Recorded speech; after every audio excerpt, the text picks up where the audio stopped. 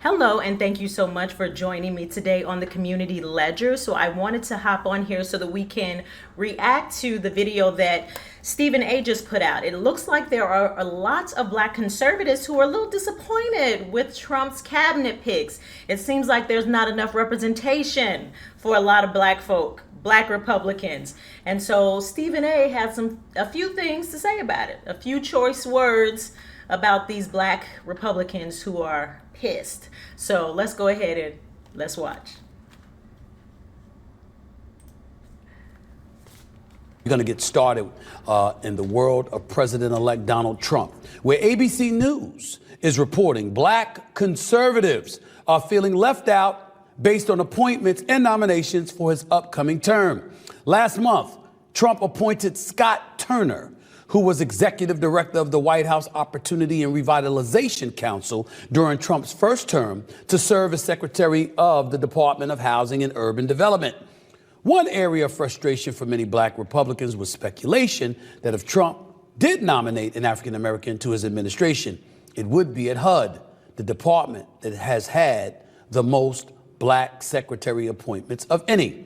At the time of this taping, 53 Trump nominees have been reported. One is Black. That's it. And a total of 5 are people of color. A couple of things I wanted to bring up. I'm not surprised. Not surprised at all. Trump proclaims to be cool with the brothers and the fellas and what have you. And, but when it's time to appoint people to positions of power, folks are choosing folks they're accustomed to, who look like them, share their cultural identity, things of that nature. You're expecting me to be overly critical of Trump about this. I'm not. The fact of the matter is that folks lost the right to complain. Folks lost the right to complain, even the Black conservatives. Because if you're a Black conservative, now remember, we're not talking about truth for a second. We're talking perception. If you are a Black conservative, and you heard about Project 2025, and you're looking at the Supreme Court and folks who've been placed on the Supreme Court and some of the decisions that they have made against things like affirmative action at institutions of higher learning and, of course, Roe v. Wade and other things. If you want to point to all of these things, you kind of knew this stuff was coming. See, in the end, at some point in time, we got to grow up and recognize the fact that Donald Trump, as much as folks want to accuse him of being a pathological liar, there are some things he was flat out open and honest about. That's what he's going. That is about him doing what he wants to do, when he wants to do, for whomever he wants to do it to, and everybody else be damned. And that is what is taking place right now. Now, if you're a Black conservative like a Tim Scott, you're a Black conservative like a Byron Donald, you're a Black conservative like the Larry Elders of the world or various others, I can get where you're coming from, but I haven't heard anything from them. And there's a reason you haven't heard anything from them. Number one, Byron Donald's probably not interested in such a position. He's a representative out of the state of Florida. Cool brother, by the way. I got a problem with him being a Cowboys fan, but that's a different subject for another day. But I mean, the brother, he's a representative for Florida. He's got his sights set on one of two positions, from what I'm told. Marco Rubio is going to be the Secretary of State, longtime senator out of Florida, former presidential candidate running against Trump in 2016. He's now going to be the Secretary of State under the Trump administration. So Byron Donald is either interested in filling his seat, or, from what I'm being told, he might want to run for governor of Florida. And I got news for you. He'll have a good chance. He'll have a damn good chance at either position, personally. If you're thinking about Ben Carson, it's just me. But I don't want somebody serving the United States citizen that looks sleepy all the damn time. That's just me. That's just me. I'm not knocking him. But I mean, the man is a brilliant surgeon. His reputation speaks for itself in terms of his ability as a doctor and in the world of medicine. I get that. But damn it, he looks sleepy all the time. He makes me nervous. Because he looks like he's asleep most of the time. Larry Elder is another name. Former gubernatorial candidate out of California, former presidential candidate, didn't have much of a chance, but smart, renowned radio host for many, many years, relatively polarizing figure. He can take the heat. very intelligent, very capable. I'm not making these recommendations. I'm simply pointing out that if you're Donald Trump, there's certainly people from the African American community that you could have looked towards to include in your cabinet. So why are you not doing it? That's a question for Donald Trump to answer. That's a question for folks in his administration to answer. And if you are a black conservative, you definitely have the right to ask him that question. You definitely have the right to ask him, what about us? No, he didn't win the popular vote amongst the African American community, but he damn sure inched into some of those numbers. Kamala Harris didn't beat him as decisively amongst the black vote the way Biden did and the way Hillary Rodham Clinton did. So I would take heed to that. I would pay attention to that. And it would be a legitimate reason to ask ourselves those questions. If it's an indication, and dare I say, something that foments fear within the African American community about what's in store for us, I say look at it a different way. See, everybody want to get in Donald Trump's way. I don't want to do that. The American people have spoken. He's won decisively. Okay? You know what I say? Let him have his people. Let him have whatever he wants. Go ahead and govern. That way you have no excuses when things go awry. You can't say the Dems were in your way. You got the Senate, you got the House, you got the White House, you got the Supreme Court. What's up? You can't sit up there and blame anybody else if the economy falters, if inflation ultimately ravages our society, if things aren't handled at the border, if the streets of America are still riddled with crime. You can't sit up there and blame anybody else when you got everything you want and need in order to run a government the way you think a government should be run. You talk about the swamp that exists in the nation's capital, the cesspool that's been alive and ravaging through our country over all of these years. You got an opportunity to clean it up. Can't blame anybody. And by the way, ladies and gentlemen, this isn't forever. So if he does the job, all right, fine. If he doesn't do the job, you can change course in 2 years. It's a midterm election. In 4 years, there's another presidential election. Let's not go for the gloom and doom, and the world is coming to an end because the man that a lot of people didn't want in office is in office. So I'm going to stop it right there, because I thought it was funny that he said, let's not go, or let's not be a man of doom and gloom and act like the world is coming to an end, followed by, you have no excuses when things go awry. So if things go awry, or when things go awry, we have no one to blame. But, he's not a man of doom and gloom. Okay, so that in itself is a contradiction. But first, I want to ask why Stephen A. has such a need for representation. Because I do believe that the reason we are here now and how we got here now is because we've been cool with that. That's been enough for us. And that is the problem. So let's not forget we had a black president and Barack Obama. And what did we get out of it? He was representation. But what did we get out of it? We had a VP who was Kamala Harris. So-called representation. What did we get out of it? I'll ask again. What did we get out of it?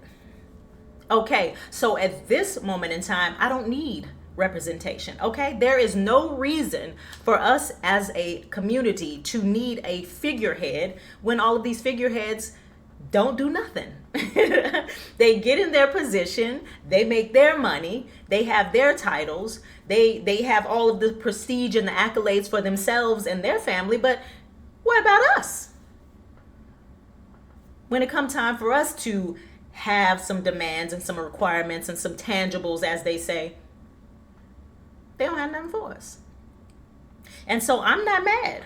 I am not mad at the fact that Trump has only put one person of color or one black person of color in the cabinet. Why? I don't need all them extra people in there. For what? Not if they ain't gonna do nothing. For what?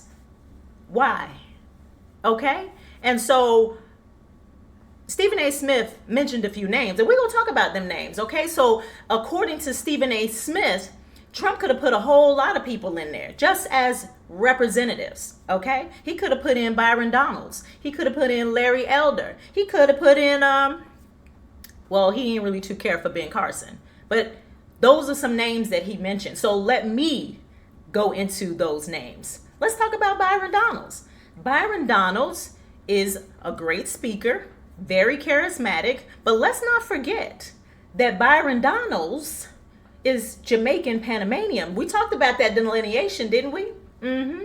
Yeah, we did. Yeah, Byron Donalds not FBA. Okay? So whatever position he was to get, you better believe he wouldn't think about us. Okay? Mr. Byron Donalds married outside of his community. So you best believe if he got in that position, he ain't think about us. But Stephen A. said he would have been a great candidate to put in that office. Larry Elder is another man he mentioned. Everybody who knows anything about Larry Elder know that Larry Elder don't give a damn about us. Larry Elder is another one who married outside of his community. Larry Elder getting that position, he ain't think about us. He ain't think about us. And so the one that he did put in, Trump that is, to oversee HUD, Scott Turner, Scott Turner, FBA. Scott Turner's allegiance is on this soil. Scott Turner's wife look like us. So I ain't mad at it. I ain't mad at it at all. And if that's the only one you deem qualified, or Trump deems qualified, if that's the only one he feels like might actually have some allegiance to the black community, I'm with it. I'm with it. What is the point of having this man in office, putting in figureheads so that they can do nothing? You might as well just have voted Kamala in. If all you wanted was representation, you might as well just have Kamala in there, because she wasn't going to do a damn thing for you. But you was going to feel good, though, because you had a face in that office. Nah. I'm not cool with that. I don't need that, okay? And see, that is the problem with the community now. Okay, we are so fixated on representation that we forget all about the negative effects of stagnation. Okay? You so fixated on representation that you completely turn a blind eye on all this stagnation within your own community. I'm telling you, it's a new day and it's time to wake up. If you want things to change, then you're going to have to change some things. And wanting somebody who, quote unquote, looks like you in office to make you feel like real progress is being made is all an illusion.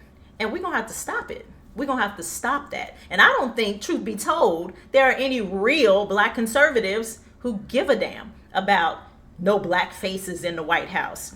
People that voted for Trump so that he could get shit done. Okay?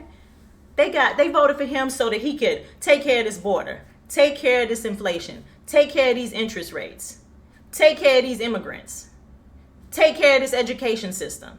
Wasn't nobody voting for Trump so he could put a black face in the cabinet. And the truth of the matter is, black folks ain't vote for him no way.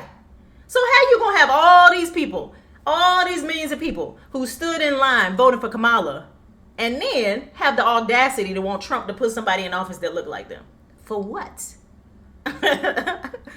Why? For what?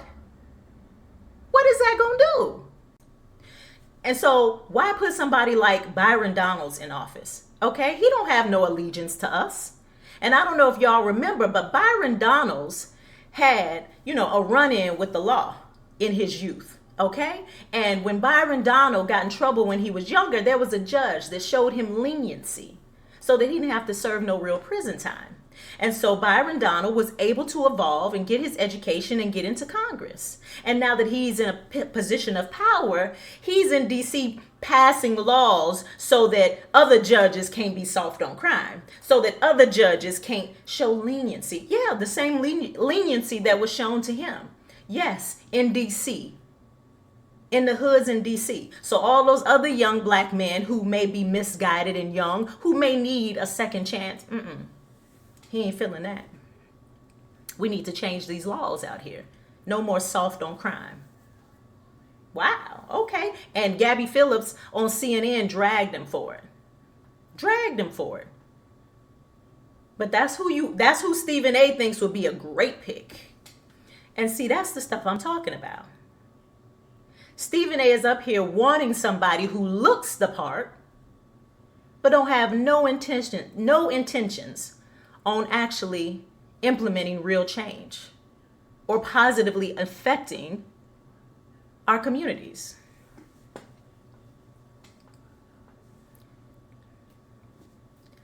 I started out liking Byron Donalds. And then I looked a little deeper. So you can't take political advice from the Stephen A's, okay? Because he ain't did no research. He don't know these people, and he don't know what they about. And maybe, just maybe, Trump does. You know, because Trump assisted Mr. Van Jones with a few bills of his own, and then Van Jones snaked him. And now Trump ain't got nothing for him. And you see Van Jones stay crying. He stay crying because he ain't got no home. He ain't got no home. The Democrats ain't in power. He done snaked Trump, and black folks ain't checking for him. Why you think Angela Rye crying all the time? She ain't got no home. The Democratic Party can't use her no more. Black folks don't trust her. She ain't got no home.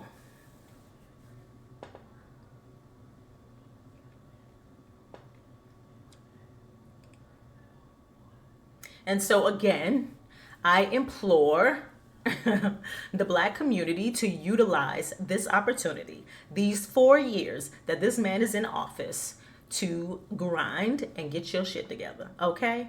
Let them do all that inner fighting and bickering back and forth. They paying attention to each other. They ain't paying attention to us, okay? So that means we can do what we want to do and need to do in peace, okay?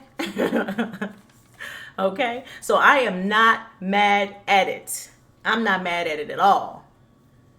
I'm like, he ain't got to put nobody in there. As long as he puts somebody in there that's going to get the job done. Okay? Because we only got 4 years before these Democrats try to come back in with a vengeance.